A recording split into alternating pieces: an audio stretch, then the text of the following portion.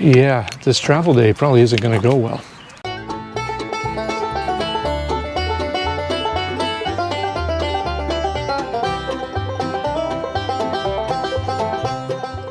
So, good morning, good afternoon, whichever it is to you. Welcome back to Life Redesigned. So, it's travel day, which normally we're full of giddy anticipation to head on to the next one.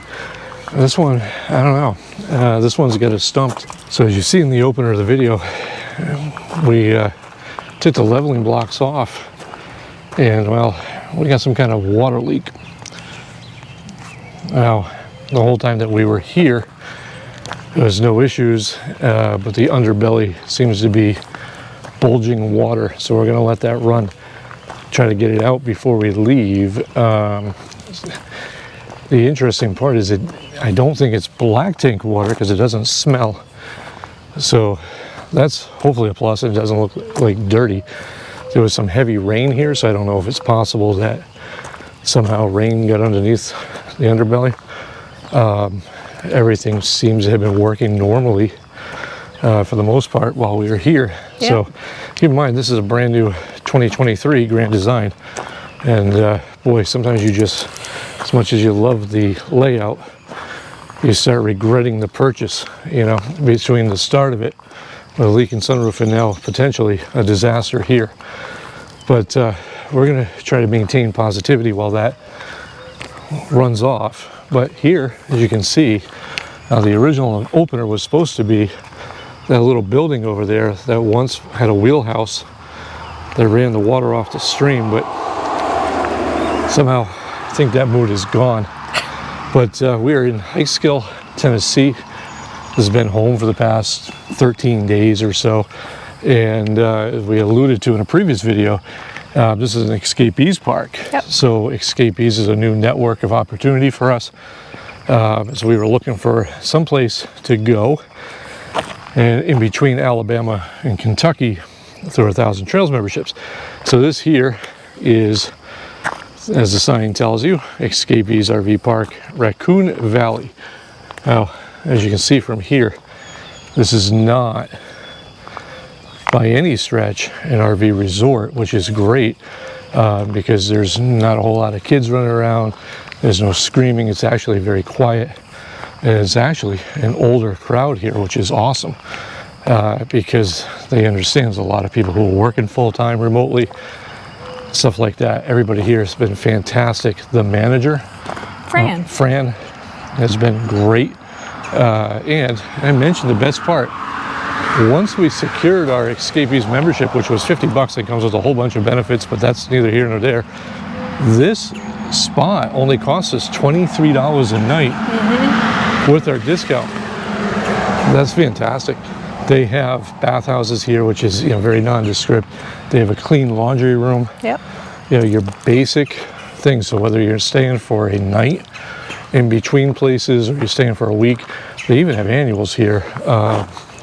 It's a great little place. You're 40 minutes from Gatlinburg, or Pigeon Forge rather. You're 20 minutes outside of Knoxville, a couple hours from Nashville. It's not bad. They have like 2 or 3 nature trails too. They do, and those nature trails are actually pretty decent. We didn't do the whole thing because, well, we weren't prepared. We thought they were just going to be flat walking, and they go up into the mountains. But little dump station. Every site here that as far as I can see, is full hookups. They do have a couple of dry camping sites, but most of them here, I mean, it's really set up for travelers, as most of them here are pull-through sites with full hookups, so that makes it even better. So much so that our return trip in September there, we're staying here for a night there. So, you know, a nice thing, and always a good thing when we can say, hey, we're going to come back. That's how you know you're doing it right. But I had to check to make sure the microphones are on. So now, our newest concern now is the water there. I'm really hoping it was nothing, because nothing was leaking while we were level.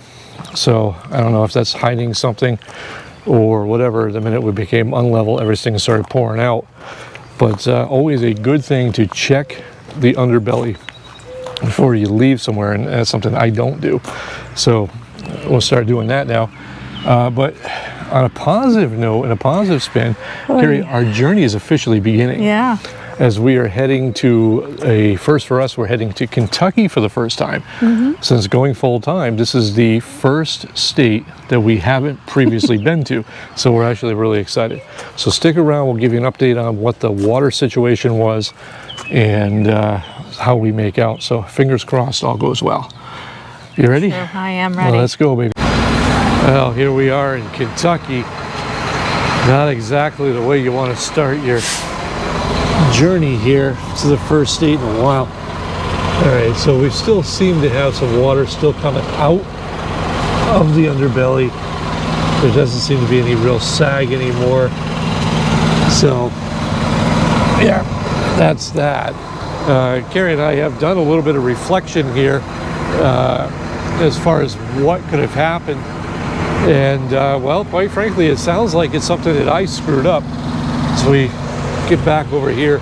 We're in a rest area, the first one into the state of Kentucky. So, hey, high five, Kentucky. Wow. But it does come with, so we had some issues with a little bit of smell coming from the black tank. So we were trying the Geo method, which helped tremendously with black tank smells. But I think because the water pressure was low in Tennessee, that I may have run the back flush for a little too long with the tank valve closed. Rookie mistake, should have never happened. The big thing now will be to find out if we blew something, and I don't think we blew the tank or anything like that. I think if anything, it may have backed up a little bit and pushed past a seal perhaps and let water into the underbelly. The good part is the water that's dripping down doesn't smell. No. So it's not like it's heavy black water. So it almost leads me to believe that it was something to do with the back tank flush. Anyhow. And it's funny because when we were leaving the campground, yeah, like underneath the first, like right here, it was like you were just driving on like a really wet road. Yeah. Because it was just all funneling this way. So, you know, with water, it's always going to find the lowest point. So, you know, there's definitely some water under there. And it's just going to have to work its way. One of the ways that you can tell Karri and I are not professional YouTubers is that whenever something happens, we don't run and grab the camera. So we're always unprepared because really this is, you know, this channel growth and everything, we're still amazed by it. But really, the memory card was full. Yeah, it's just the way this is going. But basically where we're at with this is we're going to let the water drain out. We're going to see where this goes. Again, we're monitoring it. We'll look at it again. And it could be just something that was, you know, knock on wood, is just something that it blew past the seal that connects to the gray tank. We saw that, or the shower drain. I'm not a plumber. If it continues or it happens again, we're going to call a mobile tech, and we'll take it from there. One thing that we can't do is send this in for repair at a dealer to have it take 3 months because, well, we live in this thing full time. So that should be interesting. But this is Kentucky. They have all the truck spots here pretty much full, and it's about 8:45 in the morning, so which is really weird on a Saturday. But yeah, all in all, Kentucky, the coming up the highway is absolutely beautiful when we're not worried about did we break our RV. So anyhow, we'll check back in with you probably when we reach our destination, which is Diamond Caverns, which is part of 1,000 Trails, so it should be good. We're there for about 2 weeks. And I got a lot of things I want to do, and hopefully they don't involve black tank repairs. So yeah, we'll report back in a few. And somehow we'll get this video done before we leave. So welcome back. It is the next day, and we're here at Diamond Caverns, part of the 1,000 Trails here. And I gotta say, I want to love this place. I really do. And one of the things that I'm noticing is that pretty much nothing here has been touched. So now this sign says established in 1970. I'm thinking nothing's been touched since then. It's a beautiful area, and you're right on, was it Mammoth Cave National Park? Beautiful area, beautiful scenery all around you. But my God, this place really is just, it's interesting. Like I said, I want to love it because it's Kentucky and it's beautiful and it's our first time in Kentucky, but my God. More importantly, what I really want to start loving is I want to start loving our Grand Design, but every time that we do, we always end up with something that makes us scratch our heads. And as we've gone through with the opener of this video and the water underneath and the underbelly, well, I've gone through the thing from top to bottom. I can't find anything that's causing a leak anywhere, and we haven't had it happen since. So the only thing I can think of is when I was back flushing, I may have, as we read on some forums, I may have put in a little too much water because I thought it was low water pressure, and I just let it run for a lot longer than I normally do, and it could have been that. And we'll just hopefully no issues, but again, we'll keep you updated on that. But this is like our 4th time when there's been a big rainstorm. Yeah. Carrie's going to take a shower and she says, "Hey Bob, guess what?" And I go, "What, Carrie? Are you not smiling again and someone's making a comment about it?" And she goes, "Well, yes, but we're not going to talk about that today." She says, "I don't have any hot water." So I'm thinking, okay, you know, you go out there, you play with the tanks don't change, you know, they change over, and it doesn't solve the problem. Well, what does solve the problem? Well, Carrie, since you're not smiling, nope. Hold this, and I'm going to show you how to fix this. We get the E5 error code from hell. Ooh. What was that? That was, I almost dropped it. So, just like we say around the RV, if the name says Furrion on it, it's crap. And the Furrion must stand for, we put no thought process in any of our designs. And I don't care how many RV review sites tell you, or channels tell you that Furrion is synonymous with quality. Furrion is somebody who spends a lot of money on their name being marketed, but they don't put any thought into their designs. So this is the water heater. It's an on-demand water heater.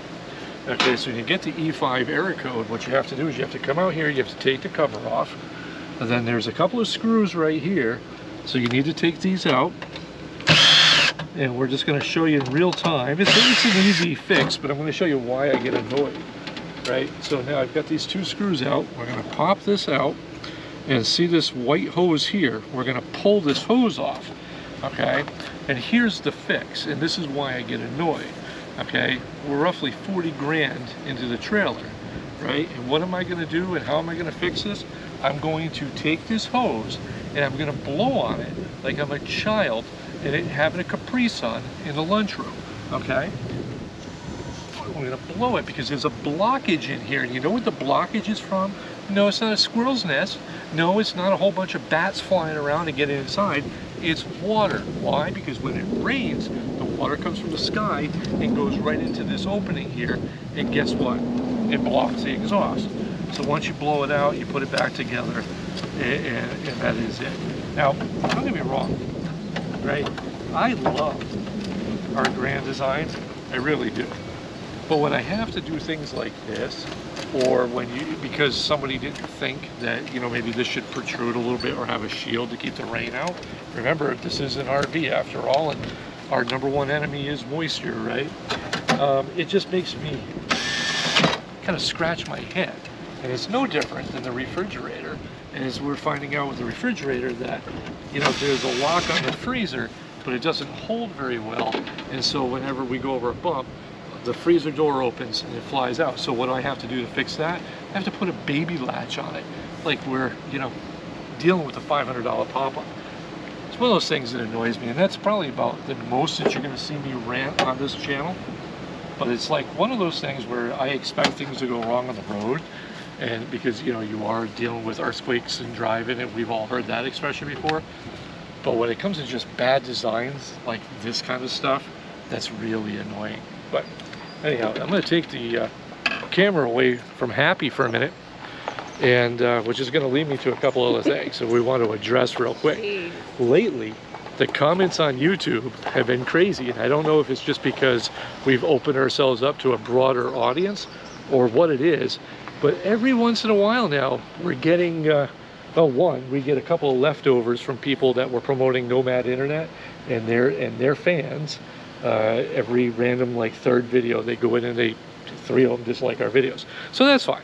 But the other one that's really getting to us now is, hey, you don't let Karri speak. Yeah. So I want to clear the air here. Hi, Karri. Hi, Bob. What would you like to say? Hi, everyone. I'm Karri. Bob actually would like it if I did talk more. He actually encourages me to talk more. However, there are times I'm not as comfortable in front of the camera as he is. So it's not a matter of him allowing me to do anything like smile. It's just the fact that I'm not comfortable. I'm not as quick-witted as him. So I just go with the flow, and here I am. But that's it. I'm me. If I want to talk, I'll talk. No one will tell me if I can talk or not talk. That's all. So while we say this, all laughing and having fun, it does get to the point where it's like, you know, I don't mind taking criticism. We take criticism in our everyday life. It is what it is. We even take it from our children, right? Yep. But when people come through and they tell you how to do something, a couple of things you got to keep in mind is that, one, we make these videos for us and for our kids, and you know, anybody else that wants to join along, we say, hey, you're welcome, jump on in and have a blast with us.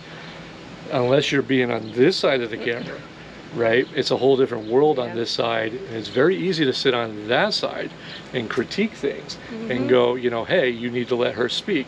Believe me, I've been married for almost 30 years. When my wife wants to speak, she will speak. Until then, you're not getting a word out of her. She'll speak when she wants to speak. Let's clear the air right there. I have no control over when she speaks or what volume she does in. And two is the other part is our community page on YouTube. Yeah. Right, I like doing these random things. Sometimes we throw some photos up there and whatever. And the other part was somebody made a comment about not smiling. Yes, and I always look pissed off. And the best part is, no, she smiles all the time. In fact, I'm the one that doesn't smile. She does. She smiles all the time. So whatever. If you love the channel, hey, give us a thumbs up. If you don't like the channel, I guess you're free to watch whatever else you want to watch. But we do appreciate every one of you that do stick around. And again, there's the best way I can say it is that we see a lot of this behavior lately on YouTube, whether it's other channels that are dedicated to trashing other channels. You know, we're not part of that. We don't subscribe to that. My issues with other channels ripping people off or selling a bill of goods that wasn't what they were advertising it to be is totally different. It is not to be as me slamming another channel. So just so we're clear, but we watched, I'll just call it out, and I wasn't going to talk about this, but I'm going to call it out. There's a channel called Florida Resident Edits. And what they do is they basically take large channels such as Yankee in the South, such as Jacob the Carpetbagger and Adam the Woo and a few other YouTubers that we know, and they basically go and just re-edit their videos and trash them and make fun of them. And most notably what they're doing with Will and Dawn from Yankee in the South is just disgusting. These are content creators. I use the term loosely because they're not really creating anything. They're just going off on rants, or they're editing and they're hiding behind keyboards, and it really just is disgusting. And it takes away from what the platform should be. Yeah, absolutely. Now, whether I leave this in the video or not, I don't know. But I think if you're on that level where you're critiquing other channels and you don't create anything yourself, you know, one, you're an idiot for doing that. You're not in front of a GoPro. You're not in front of this big elaborate camera. You're, what do they call a keyboard warrior? And then you're behind the scenes making fun of anybody else. But where are you? Get out there and do it. Try it. Anybody who thinks that YouTube is an easy thing, jump in front of a camera and walk around in a crowd of people and then come back and report how well you did. I guarantee about 1 out of 25 of you would say, hey, that was an easy thing to do.